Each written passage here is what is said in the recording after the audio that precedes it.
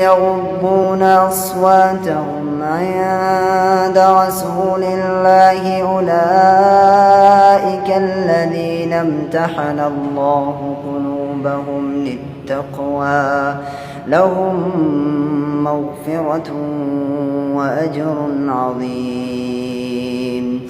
إن الذين ينادونك من وراء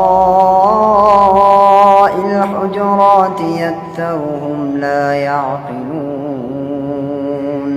ولو أنهم صبروا حتى تخرج إليهم لكان خيرا لهم والله غفور رحيم.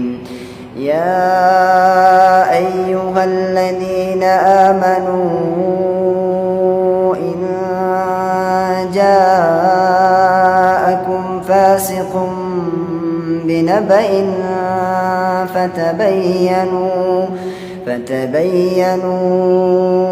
أن تصيبوا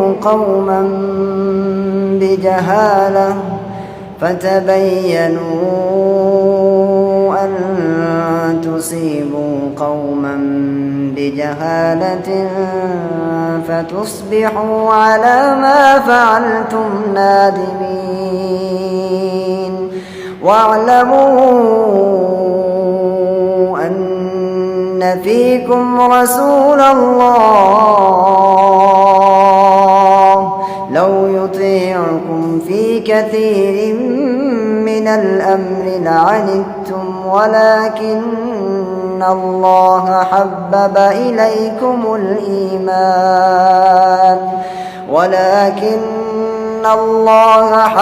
إليكم الإيمان وزينه في قلوبكم وكره إليكم الكفر والفسوق والعصيان أولئك هم الراشدون فضلا من الله ونعمة والله عليم حكيم. وإن طائفتان من المؤمنين اقتتلوا فأصلحوا بينهما فإن بغت إحداهما على الأخرى فقاتلوا التي